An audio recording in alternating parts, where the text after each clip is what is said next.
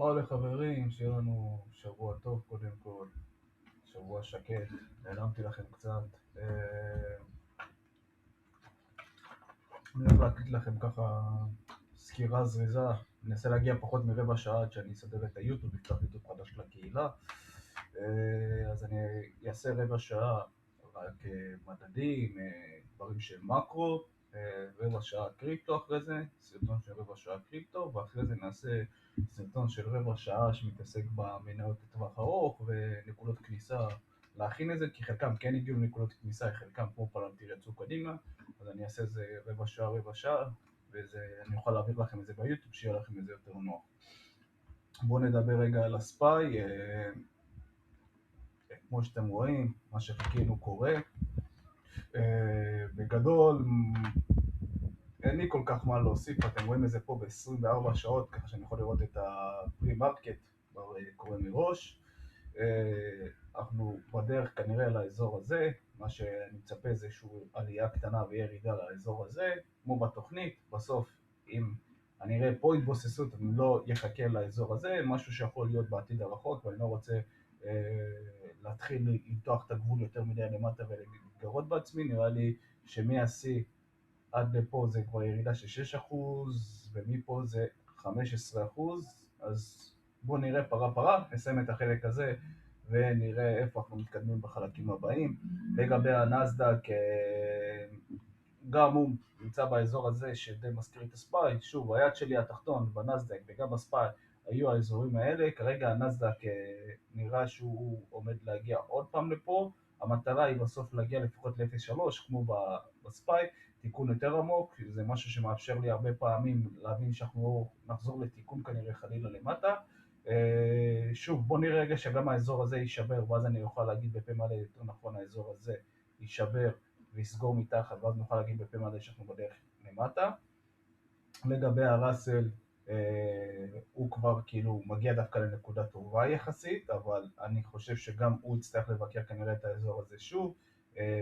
אם הוא יסגור היום מתחת לאזור הזה, כמובן אנחנו נמשיך למטה, ואני עדיין לא רואה לנכון למהר להיכנס, אם שוב שיש מניות מסוימות שאני שמתי לב שהן כבר באזור יותר טוב לכניסה, אפשר להתחיל לעשות איזשהו קניות קטנות, להתחיל להחזיק את זה בפורטפוליו, בשביל א', לזכור שאתה רוצה לקנות את המניה הזאת, ב', לחזק במידת הצורך, כי אי אפשר להשיג את שיא התחתית בכל דבר, ויש מניות שיברחו לנו בגלל הדברים האלה, ויש מניות שאנחנו יכולים להתחיל לקנות אותם ב-50%, 60%, ולהסתכל כל הזמן על הספיי ועל הדברים האלה שהם לא ממשיכים לרדת, שממשיכים לרדת למטה ולתת לנו כניסה יותר טובה. כמובן הדאו ג'ונס שבר הכי חזק, כי כל העניין עם ארצות הברית כביכול נתן לנו את האופציה הזאת, ארצות הברית משמשת הרבה פעמים דאו ג'ונס משמש את התעשייה של ארצות הברית, כל מה שקורה כרגע עם המלחמה מוריד די את השוק האמריקאי, דלק וכן הלאה.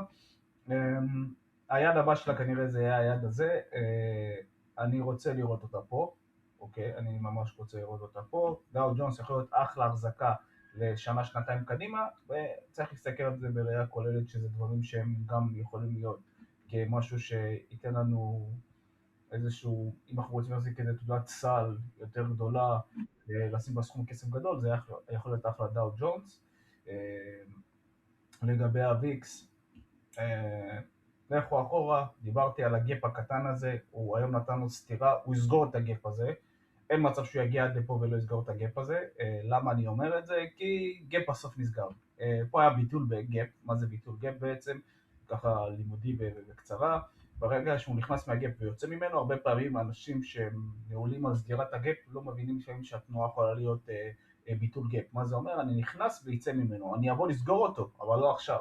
וזה מה שקרה, שמאפריל עד כמעט שנה שלמה, הוא לא הלך וסגר את הגאפ. עכשיו, בסיטואציה הזאת, שמפה אני מסמן כמה פעמים, ואני יודע שמרביתכם לא מקפידים על הדברים האלה, ולכן זה סוג של בעיה שלכם, להסתכל על האזורים האלה.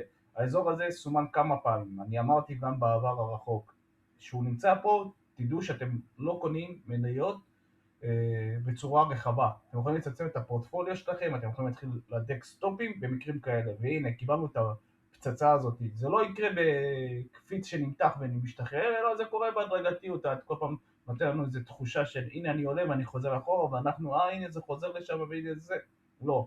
אנחנו רואים את זה באזור פה, אנחנו מבינים שיש לנו איזה חוב לסגור, הוא בסוף אמור לסגור את החוב הזה, במוקדם או מאוחר, הוא יסגור אותו כנראה, גם הוא השאיר לעצמו, כמו שאתם רואים, אם אנחנו נפתח ככה, והשוק לא ירד פתאום, יעלה והוויקס ירד, אז יש לנו גם פה גאפ שנפתח, עכשיו אני רואה, והגאפ הזה גם ישמש אותנו לאיזושהי הבנה שאנחנו נצטרך לחזור. אני חושב שיש סיכוי מאוד גבוה שאנחנו נעלה מעבר לגאפ הזה, אוקיי? אנחנו צריכים להתחיל להסתכל על הדברים האלה בצורה מודקת יותר, ולא למהר לקנות. זה לגבי הוויקס, לגבי המקס, נראה לי שלחתי גם בקהילה, לא היה לי שום ספק שאנחנו נמשיך לרדת לאזורים האלה, סימנתי את החץ הזה, עשה איזשהו פייק די גדול פה, שבסוף עבד עלינו. אני חושב שכמו הרבה מניות, כמו הרבה מדדים, אני רוצה גם לראות את המקס יורד עדיין למטה. לגבי הדיקסי מאוד מתחזק, אני חושב שישאר לנו רק את האזורים האלה לקחת, שזה אזורי כנראה נזילות כאלה, לפני שאנחנו נחזור ונרד למטה. דיקסי עולה, שוק יורד, בעיקר טכנולוגיה. זה לגבי המדדים הגדולים, אם יש לי פה משהו מעניין, RSP לא מעניין. זה לגבי המדדים, בגדול תסתכלו על הדברים האלה בצורה מאוד, נקרא לה, שבהבנה שלכם אתם צריכים להבין שהדברים האלה הם היו צריכים לקרות על מנת שאנחנו נקבל את היכולת למה שאנחנו חיכינו להם למניות הגדולות. אז זה משהו שמאוד חשוב, שאני תמיד דיברתי איתכם בהתחלה, מקרו, באופן אישי אני מצפה מכם גם, תתחילו להסתכל על המקרו יותר, תתחילו להבין מה התנועות הגדולות, ואתם יודעים מה, בואו ניקח רגע ב-IGV, אני יודע שהרבה פה על סקטור הטכנולוגיה, בעיקר מיכה שמדבר עליה. IGV בסוף, אם אנחנו מסתכלים עליה, כן, הגיע גם, זה מה שאני לרוב אוהב לראות, אני אוהב לראות רגע חזרה לאזורים האחרונים שלנו לפני שאנחנו עולים למעלה. יש פה איזשהו, בואו ניכנס רגע לפנים יותר, יש פה איזשהו משהו שיכול לעניין אותנו, כנראה גם הסטייה ב-RSI, כן, כמו שאני רואה יש פה סטייה ב-RSI כי אוברסול, מה שכן, אתם רואים שה-RSI עולה מהר למעלה, זה אומר שהקנייה מתחילה להיות ממומשת בצורה חדה. אנחנו גם רוצים לזהות רגע איפה אנחנו יכולים להתהפך, אז ניקח רגע את הפיק האחרון, ואנחנו רואים שאנחנו ב-0.5, אז יש סיכוי שאנחנו נגיע לאזורי ה-90 לפני שנעשה איזשהו סיבוב. אני באופן אישי לא מתלהב מזה, זה יכול להיות אחלה מי שלקח אותו פה, אני פחות אוהב לקחת סקטורים כאלה שהם נכבטו עמוק.